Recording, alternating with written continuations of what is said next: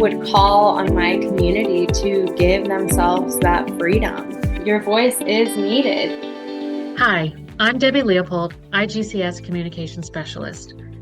Welcome to the third installment of the IGCS IGCAN Voices of Hope Transformative Advocacy series. In this series, we explore how personal stories can be powerful tools for change, using the public narrative framework as our guide. In this video, you'll meet Samantha Gonzales-Russell, a 3-time cervical cancer survivor who faced a stage 4 diagnosis, requiring her to relocate to another state for a complex, life-changing, but life-saving surgery. In our conversation ahead, you'll hear Samantha reflect on her cancer journey and how she found new purpose as an advocate, while reconnecting with her passion for storytelling.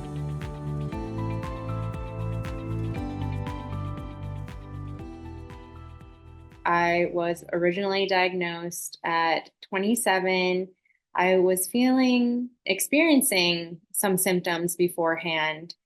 And on both sides, there was not as much urgency as maybe there should have been. Luckily, at that time, it was early stage, and I was treated with surgery, and I was ready to move on.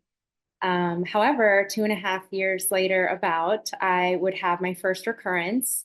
And that diagnosis journey was lengthy and challenging. But what I learned from my first diagnosis was to be my own advocate and really push for the care that I felt I needed. And so I pursued that and spent the next year in treatment. By the end of that year, I had a clear scan and was ready to really put cancer behind me. However, my plans didn't matter, and I would have my second recurrence in March of 2020. The care team that I was seeing didn't have any more treatment options for me. And wanting to pursue continued care and fight for myself, my husband and I temporarily moved to California, and I found an amazing team that was able to save my life. I had an extensive surgery, and that is what has allowed me to be here today. I am now 5 years in remission, and that has been an amazing milestone. And since then, I've tried to turn my experience into advocacy.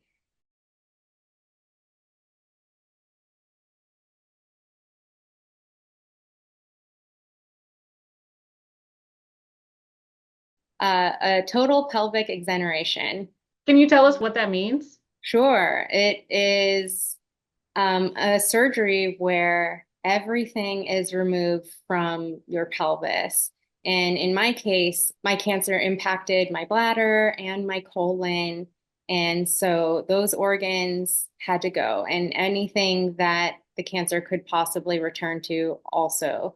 In doing that, they also have to reconstruct my body, and I have to learn and adjust to a new way of living. Let's talk a little bit about that realization that your body now is not the same. It was like an added negativity of like, I've already gone through so much. Why do I have to figure out this very frustrating thing? I felt very much like almost like a baby, and I had to start over, and even the smallest little things in life were difficult.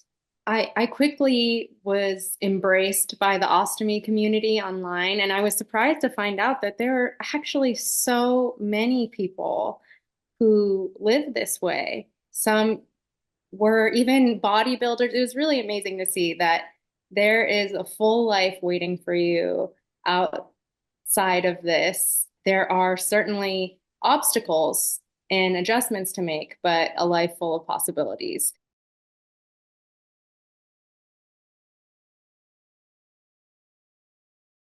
We talked a little bit about what helped you the most. I think you mentioned your family and friends. Were there other outlets that helped you kind of get out of that powerless feeling, the isolating experience? Not just people, but maybe art or content creators. I don't know what that might be for you. Yes, Anything? absolutely. So many things. Um, I will say first and foremost, taking that step towards seeking professional help was huge for me. Finding my local therapist that specialized in trauma, that had some experience with cancer survivors, was incredibly helpful. Uh, Once treatment was over and I was now in this survivorship end, she really allowed me to process, not only process, but confront so much of what I was carrying. I realized through therapy that that was living in my body and that was something that I had to express. She actually introduced me to another therapist that integrated yoga therapy. And that completely shifted my perspective. I had this opportunity to recognize this very real connection between my mind and my body and how I show up in life. Something that I learned a while back and heard a quote was that you can't think yourself out of a feeling. You need to move through it. How would you relate to that? Do you agree? Absolutely. You hit the nail on the head there that you can't think your way out of a situation. And I found myself overthinking to the maximum. And it wasn't until my husband and I took our first trip that I was able to really get out in the world and experience things again, go explore and have fun, things that you don't get to do while you're in the thick of cancer treatment. And I was able to think a lot less and do a lot more. And it was something so simple, but once I realized that that was happening and I was able to tip the scale on doing more, it was incredibly powerful. Um, and so when someone is ready, I would very much encourage them to just be open and explore, explore, period, experiment. And you can still have a bad day. It's okay. And I do. I do have bad days. And I will say that I am proud of myself for being able to navigate them a little better than I was, say, right after treatment. I think that that actually speaks so much to the advocacy part of my journey. And yes, I have a story, but I've realized that that's just one part of the story, and that advocacy and making purpose and allowing this experience to really come full circle is that other part of the story. And they both are very important. Do you think that's why so many survivors are drawn to become advocates? Yes, I think that there is that sense of making purpose of what you've gone through. I can't speak for everybody, but I know for myself, there are many, many moments where I ask myself why. I and I didn't have the answer, and I won't ever have the answer. But being able to use my experience and turn something that has been absolutely terrible and make it hopefully a positive one for someone else, that really gives me, I guess, purpose is what is coming to mind. Before you were diagnosed with cancer at the age of 26, what were you thinking that your life would be? I am actually so glad that you asked this question because things really have come full circle. I went to school for journalism. I wanted to be a reporter, and storytelling has always been a part of my life. And while I have been taken off course in that part of my life, in content creating and sharing my story, I have been able to latch back on to those passions of mine and be able to express myself in a way that is authentic to me, but also communicate in a way that resonates with people in our community.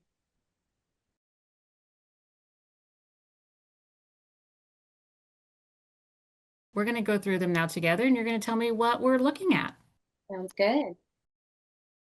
These are pictures of me going through various treatments. I have some when I started chemo, when I had surgeries. As you can see, my husband, my life partner, my caregiver, has been right by my side throughout it all. He was a huge source of support, of inspiration, just being able to advocate for me as a patient and help support me in big life things and little everyday life things as I try to stay healthy um and fight because my singular purpose, my singular job was to get through this and stay alive. I thought that was really interesting that you said you didn't take photos before during the first part because you just weren't even thinking about anything other than just getting through it. Yes. And when you started feeling like I found a better doctor, I feel like there's a path forward for me here, I'm getting the answers I want, that's when things started kind of changing for you. But you had to make those decisions with your husband. We're Mhm. going to find another doctor. We're going to move if we have to. Like, I'm going to start taking photos and documenting my journey. Like, to me, that. I didn't know it at the time. I think I was just sort of, it just felt like the right thing to do in that moment. In documenting my journey, in putting myself out there, I was giving myself permission and giving myself that connection that I was lacking because that's, that takes a mental toll, emotional toll on a patient as well to feel like they know something, to feel like they're connected to their body and to what is going on with them, only to be told by a professional, no, you're wrong. If you are feeling something, if you are suspicious of something going on in your body, going on with your health, you absolutely should pursue that and find the people that will support you in that and are there to help you find answers because that is what you deserve. Do you feel that there was any shame or stigma associated with, like, even internalized, not necessarily that someone shamed you or said anything, but did that prevent you also from speaking out?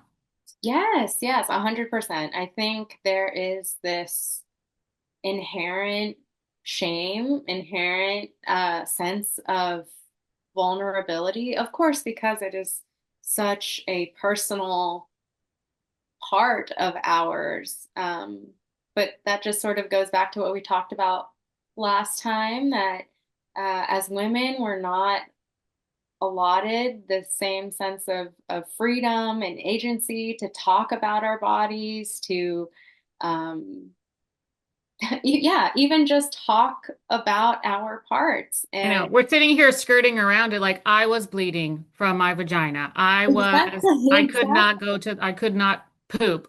We can't say these words because they are distasteful.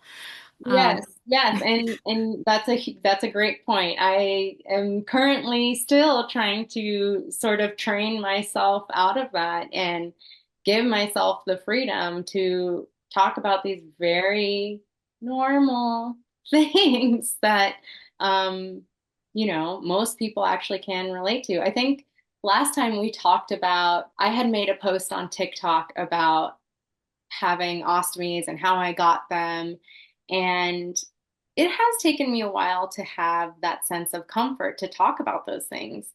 And while I, may stress out about it and feel really vulnerable, it actually was so encouraging to be met with responses of like, you shouldn't feel shame. Everybody has a bladder, everybody has a colon. They're just body parts. These are just functions, these are just things. And to your point, the more we can say them, the more we have conversations like these, the more women, patients will feel empowered to be like, hey, no, I actually want to specifically talk about why I can't go to the bathroom or why I'm having pain during sex or after, whatever it may be. yes. We Yeah. can actually name these things and find solutions to them.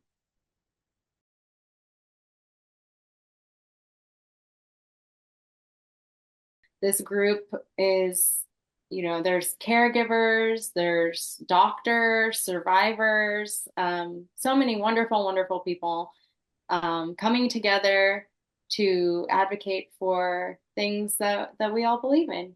We talked a lot about purpose and where a lot of survivors may find a sense of purpose turning to advocacy after their own experience, which is incredibly powerful. And who better to do it? It's not only purpose, but I think we just have this familiarity, this unique perspective where we can see the cracks and have had that firsthand experience where we want to use that purpose to move things forward. So I think that is also a really important part of advocacy is just really having that deep understanding and um, recognizing what needs to change, what is working, and how patients can be better served at the end of the day. Do you have any specific examples of how you used your experience to affect any change or to try to affect change? Yes, the first thing that comes up in my mind is being able to share my story and speak to the relationships between patient and doctor. I've had also the opportunity to meet with lawmakers in my community to advocate for easier access to healthcare and affordable healthcare because, again, through my own experience, I've really been able to see how difficult it is to get the care that really we all deserve. Do you mind educating me a little bit on what sort of laws need to be put into place to make things easier or better? Sure. Particularly, there has been a lot of talk about Medicaid, for example, which is a social program here in the US that allows folks who maybe aren't able to afford private health care or whatever the case may be to receive health care through that program. And unfortunately, there are a lot of funding cuts coming to that. And that is something that deeply impacts cancer patients here in the US because, like myself, there are people who either lose jobs or are finding themselves disabled or just unable to take on that extra responsibility, and that in turn impacts the care that they are or aren't able to receive. And I hate to think about those situations because it really is not one person's fault, um, whether or not they can get cancer treatment. I'm so interested to hear like how you kind of got into all of this. You've made a real you got your foot in the door. How did you do that? I've had a lot of time and energy to think about how can this change, and in researching that, I found organizations like ACS Can, and I guess just trying to think creatively, which can bring us to the next photo. This was a lighting campaign that I did for cervical cancer awareness.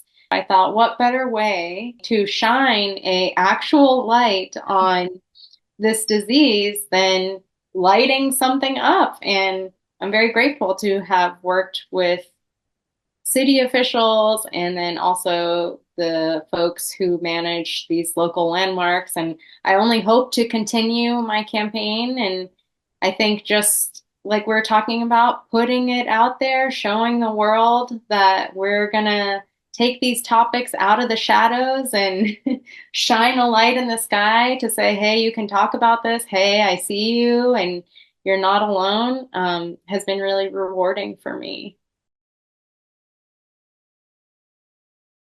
When you started talking about the lighting ceremonies, you lit up yourself. And it seemed like you didn't want to stop at just one lighting ceremony, that you might have been encouraged by the first one and wanted to keep going. Tell me more about that. Sure. I have just been so inspired by other advocates who are able to raise awareness in their communities. So it really gave me the opportunity to sit and reflect that what can I do? What speaks to me? What speaks to my community? And as I said, living in Las Vegas, it's all about the lights and the glitz and glamour. And this idea just came to me, and it's been pretty cool to see something that started off as a what if actually has happened not once but twice, and I hope to continue that trajectory. I guess I'm sensing a theme. It really is again a moment of reclaiming some power, reclaiming my story, and instead of being quiet about it or letting the month of January pass and not um, recognizing cervical cancer awareness on such a elevated way. Instead, I'm going to light it up. I'm going to try to tell as many people about it and hopefully open their eyes to the care they might need or they may be putting off, and just allow them to feel empowered in their health and in their healthcare. So you're not stopping. Yes, not stopping. I'm actually for September for Gynecologic Cancer Awareness Month. I am organizing and hosting an event where women can gather. And thank you for help for inspiring me, because this is an event at a art therapy cafe, and we are going to talk about the things that we don't talk about.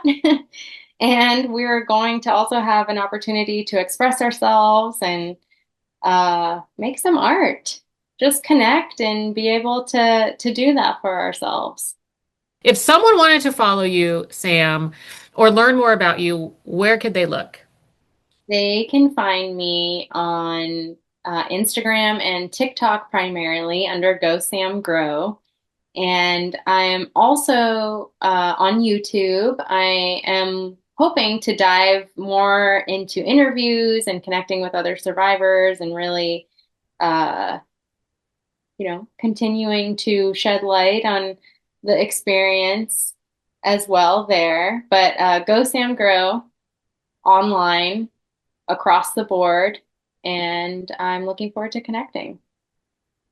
And we look forward to seeing you grow and to see what you come up with next. Thank you.